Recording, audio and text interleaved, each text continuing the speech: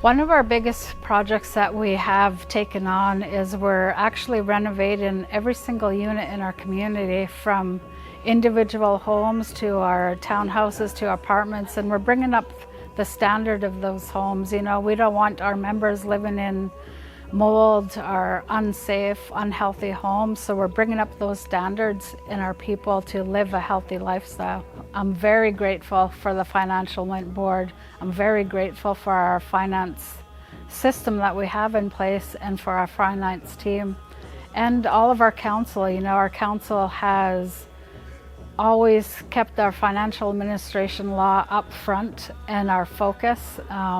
Consistency is what we're working on.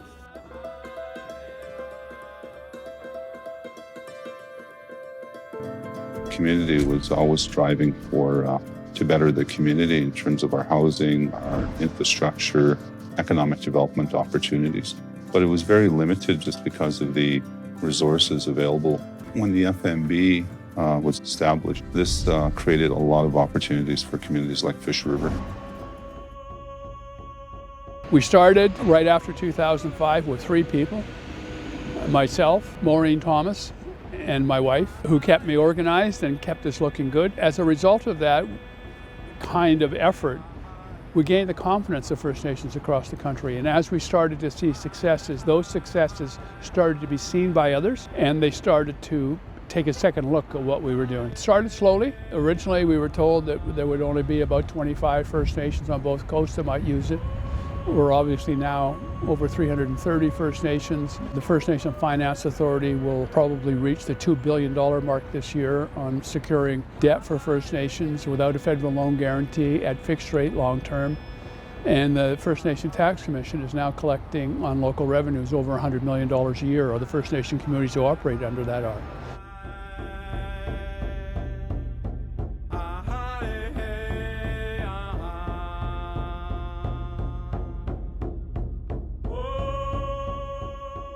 I think what we see is now the evolution of this concept, in part driven by the Atlantic First Nations acquisition of the Clearwater transaction, because that now has moved us into mega projects and an understanding now that First Nations can in their own right engage and successfully conclude those kinds of arrangements. The Financial Management Board is important to instill confidence in the band administration and the membership that you can have an accountable, transparent regime that can be vetted by third parties and confirmed.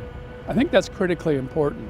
When I returned to my community of Squamish in 1987, they were in financial difficulty, not because they didn't have revenue, it's because they didn't know how to manage it. And many First Nation communities are nervous about debt and how is it going to be managed.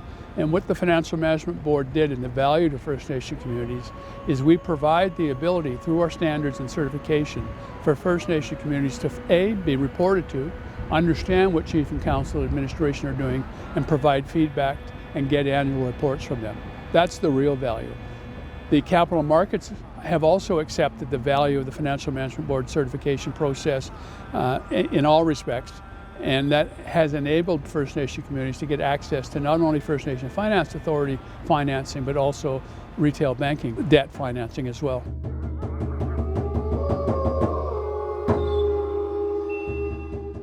The First Nation Tax Commission supports First Nation in exercising fiscal powers. The First Nation Finance Authority takes those fiscal powers and an individual community's own source revenue, and it goes to the capital markets with those revenue streams and seeks to sell debentures to be able to support First Nation debt requirements. The Financial Management Board is the glue between it all. We're the gatekeeper. You don't get to borrow from the Finance Authority until such time as you've made our certification. At the same time, we also provide, at the request of either the Finance Authority or the Tax Commission, support to First Nation communities who may have found themselves in some sort of difficulty. And that's one of the responsibilities of the First Financial Management Board, is to be able to provide that support to First Nations to get them back on track.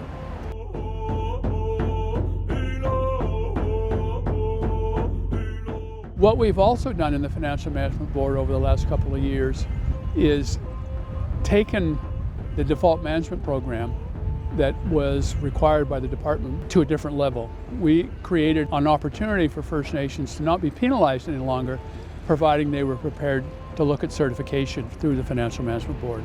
And now many of those communities who were in some form of remedial management for 20 plus years are now out of remedial management, functioning independently, making their own decisions, and in some cases have met the qualifications to borrow from the Finance Authority. We've also been instrumental in supporting Canada in its desire to look at long-term funding arrangements with First Nations by moving to 10-year grants. And we, together with the AFN and Canada, helped establish eligibility criteria, and we provide advice to the government on whether or not a First Nation who opts to choose to go into 10-year grants has met that eligibility criteria.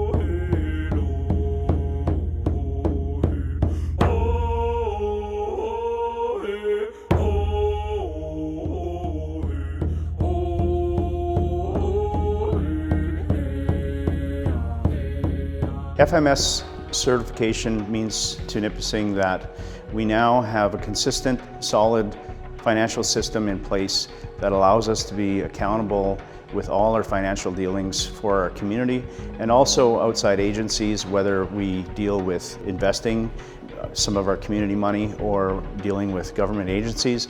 It assures them that we're a financially sound First Nation.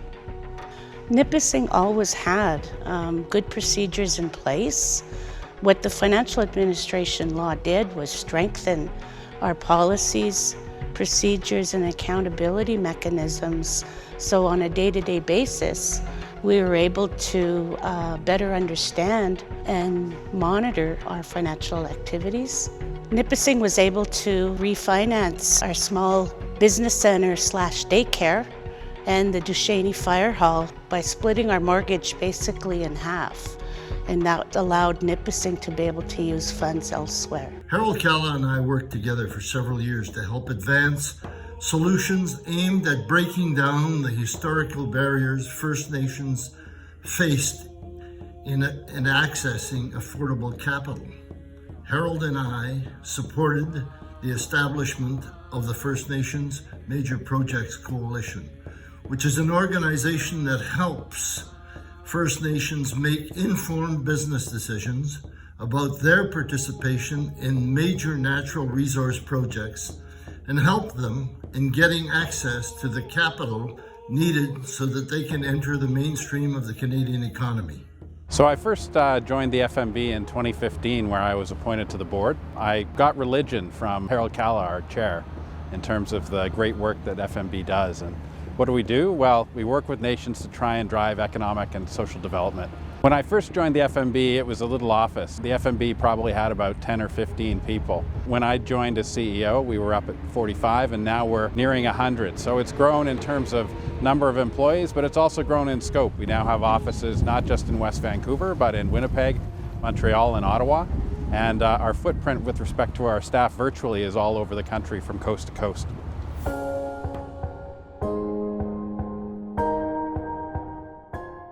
So with shared services, we hear about a lot of nations that are having difficulty finding a bookkeeper, hiring accountants, getting their books done. And so we thought that there's a real need there. And so we started working with 5 nations to assist them in their bookkeeping needs. And it was so successful, we've now moved on to 10 with this pilot. And we're hoping that we'll be able to roll it out to more nations across Canada, because certainly I see it in the north. It's very challenging to find good, cheap accounting and bookkeeping services.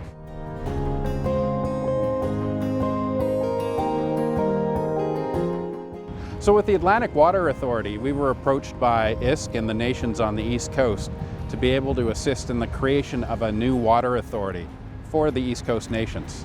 So most of the nations on the East Coast now are working together to manage their own water and wastewater.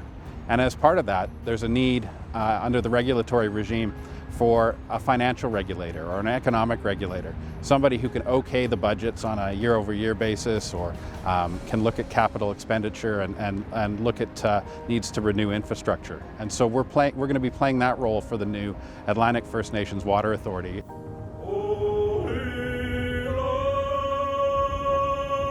So Harold is the visionary, and Harold and Manny Jules have worked together for over 40 years, and both of them have brought an amazing vision. Harold in particular, with respect to his understanding of how business works, being able to meld business with First Nations, to be able to think about economic and budgetary and fiscal types of matters, and to bring that to the table in terms of our thinking at FMB, in particular with respect to the roadmap.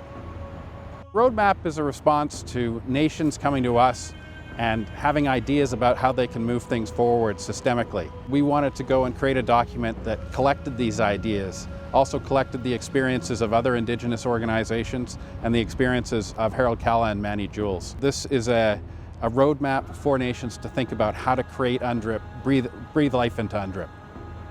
The roadmap is a codification of all of the thinking of Harold and Manny, plus many interviews that we've had with Indigenous leaders and nations, trying to find out how do we create economic reconciliation? How do we create self-government and nation-to-nation relationships from an economic and fiscal point of view? Well, we saw a real need to turn UNDRIP, which is a bit of an amorphous law, into reality, particularly when it comes to economic and fiscal development for nations. And so we wanted to create that roadmap, that way of thinking for systemic change, for creating new institutions that can support nations with respect to their transparency, their accountability, with respect to their management of their accounting and their back office, and to create that capacity to really take on each one of the powers that we think can be devolved to nations over time. Roadmap is completely optional. Each part of roadmap is optional as well. Just like the FMA, nations choose to go and work with us or work with the different parts of the roadmap.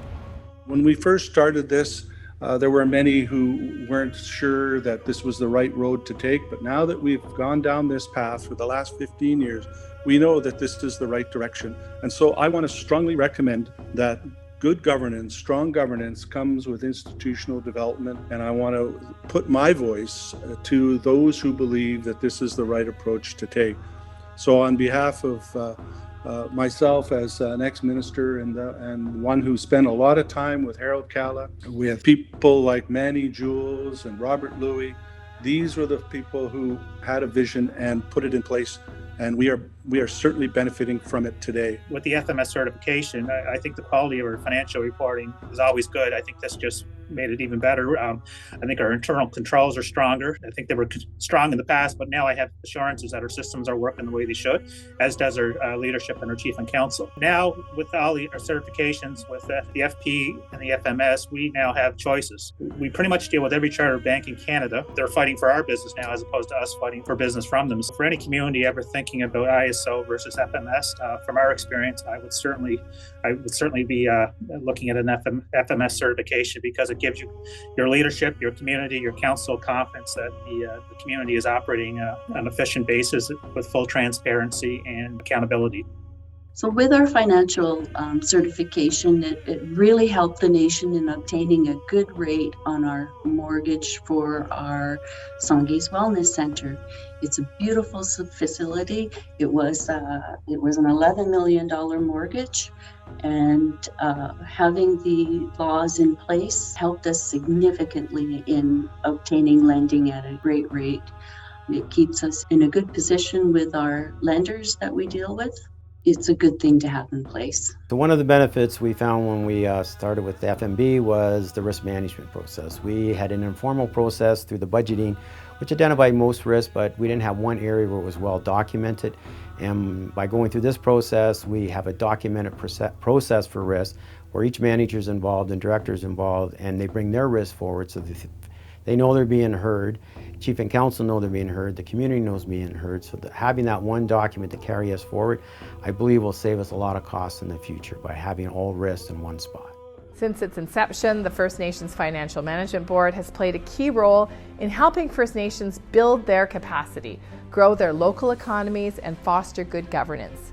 Your work on the Roadmap project, your partnership in supporting communities with 10-year grants, and with 335 First Nations now choosing to participate in the First Nations Fiscal Management Act, all of this success speaks for itself. Economic partnership is reconciliation in action. It strengthens the work of self-determination, unlocks incredible potential and opportunity for First Nations. And when First Nations succeed, everyone does. And the First Nations Financial Management Board plays such an important role in enabling that success. I became minister in August of 2010, and in November, Canada endorsed UN DRIP. The FMB and UN DRIP have at their core the right to self-determination. This was seen by many as a threat to the status quo. As minister, I countered this opposition with the right to self-determination. Today, the track record of FMB in success speaks for itself. It was an honor, and I take pride in having worked with you. Over the past 15 years, the FMB has done remarkable work to support First Nations across the country. Guided by the goals of the United Nations Declaration on the Rights of Indigenous People, your work has played a vital role in the advancement of self-governance and economic reconciliation. One important aspect of this work is helping communities develop sound financial and administrative governance practices, which has allowed so many communities to implement social and economic development plans. From your involvement with international standards bodies to exploring new ideas in financial regulation, the FMB is leading the way in helping First Nations create a strong foundation for future generations. That is what self-determination and economic reconciliation looks like. I look forward to see what's in store for the FMB this coming year.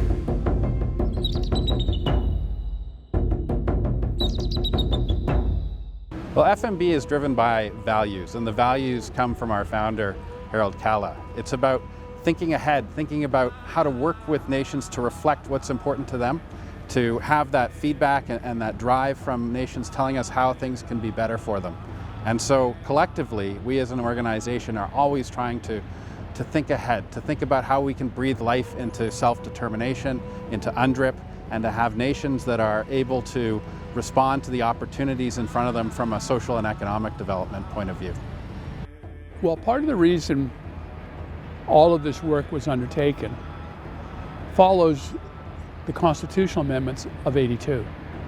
So what is Section 35? What is the inherent right to self-government? Indigenous issues need to come to the forefront, and they're not social issues, they're not program-related issues. They are economic issues. Someone said to me as I was walking down here today, when I told them I was going to meet the deputy ministers, if he had any words to offer, and he said, tell them that reconciliation is different than decolonization. And I think part of what we do as organizations is look at decolonization. Reconciliation will happen on many different fronts with many different people, but you need to change absolutely the status quo. And that systemic change means you start implementing self-government, you start empowering First Nations to make decisions, so you're sharing decision-making, and you're starting to share the wealth that's generated from our traditional territories to give those First Nation communities the financial resources they need to govern.